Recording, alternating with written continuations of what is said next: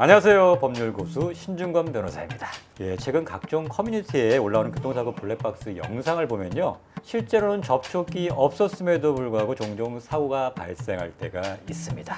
예를 들어 급하게 차로를 변경하는 차를 피하다가 가드레일을 들이받는다든가 보행자나 주행 중인 오토바이가 가속 중인 자동차를 피하다 넘어지는 경우 등인데요. 한마디로 비접촉 교통사고는요. 직접적인 차 대 차와 사람 간 접촉이 없었지만 사고의 원인을 제공해서 교통사고가 발생하는 경우를 말합니다. 근데 이와 같은 경우에 사고와 상당 인과관계가 있으면 손해배상 책임을 인정하는 게 판례의 입장인데요. 여기서 상당 인과관계란 뭐냐면 직접적인 물리적 충격이 없었어도 사회 통념상 충격과 동일하게 평가할 수 있는 경우를 말합니다. 그럼 어떤 경우에 비접촉 교통사고로 인정이 되고 어떤 경우에 그렇지 않은지, 그리고 비접촉 교통사고는 어떻게 대처해야 하는지 구체적인 사례를 통해 살펴보도록 하겠습니다. 좋아요, 댓글, 구독하기, 알람 설정 이 4가지 꼭 부탁드리겠습니다. 우선 비접촉 교통사고가 인정된 사례를 살펴보겠습니다.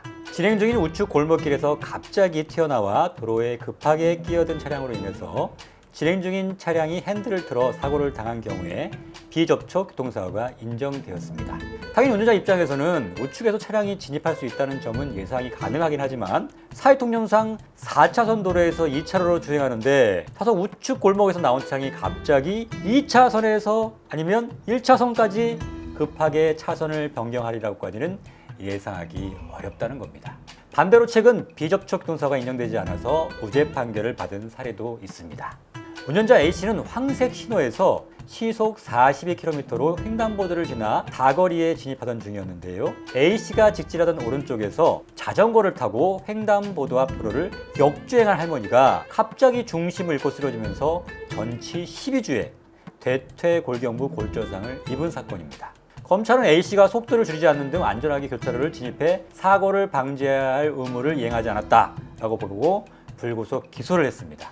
그런데 최근 재판을 담당한 법원에서는요, A씨에 대한 구의 참여 재판에서 무죄를 선고했습니다. 그 이유는 뭐냐면 A씨가 제한 속도를 초과해서 운전하고 신호를 위반한 점은 인정이 되지만 차량과 자전거 거리가 최소 7.2m 이상 떨어져 있었고 자전거 속력이 빠르지 않았기 때문에 그 자전거 운전자로서는 A씨의 차량을 발견한 후 충분히 멈출 만한 시간적, 그다음에 거리상 여유가 있었다는 점이죠. 따라서 차량의 운전자인 A씨의 잘못과 자전거가 넘어져 할머니가 다친 것 사이에는 인과관계가 성립하지 않는다고 판단한 겁니다. 그 다음에 배심원 7명도 모두 무죄 의견을 냈었습니다. 이 사례에서 보는 바와 같이 어느 경우에 비접촉 교통사고로 인정이 되고 어느 경우에 인정되지 않는지 명확하지 않을 수도 있습니다. 특히나 비접촉 사고의 개념을 숙지하지 못하고 있는 초보 운전자의 경우에는 사고의 원인을 제공했음에도 불구하고 접촉이 없었다는 이유로 사고 현장을 유유히 떠나게 되는 경우가 발생할 수도 있습니다. 그렇다면 비접촉 사고가 발생했을 때 올바른 대처 방법은 무엇일까요? 여러분 딱 2가지만 기억하면 됩니다. 첫 번째, 비접촉 사고의 원인을 제공했다면 먼저 사고가 났음을 인지하는 것이 매우 중요합니다.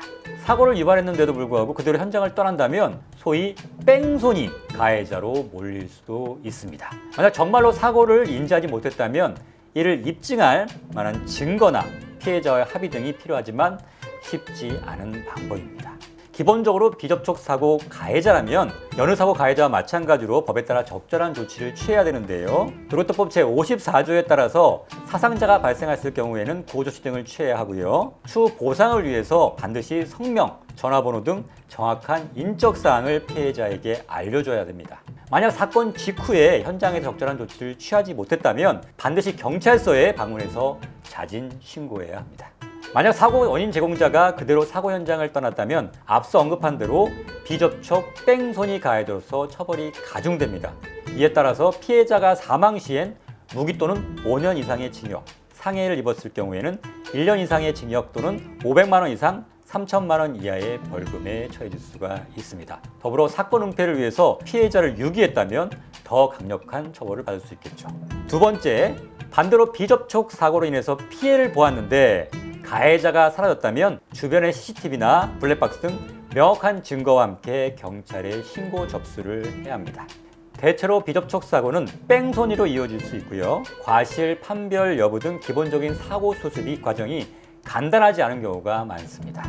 이 때문에 당연한 말이지만 철저한 예방이 중요하다고 할 수 있는데요. 상대방이 사고를 유발해도 대처할 수 있는 안전운전, 방어운전을 습관화하고 사고를 기록할 수 있는 블랙박스의 설치와 관리를 필수적으로 하시면 좋겠습니다.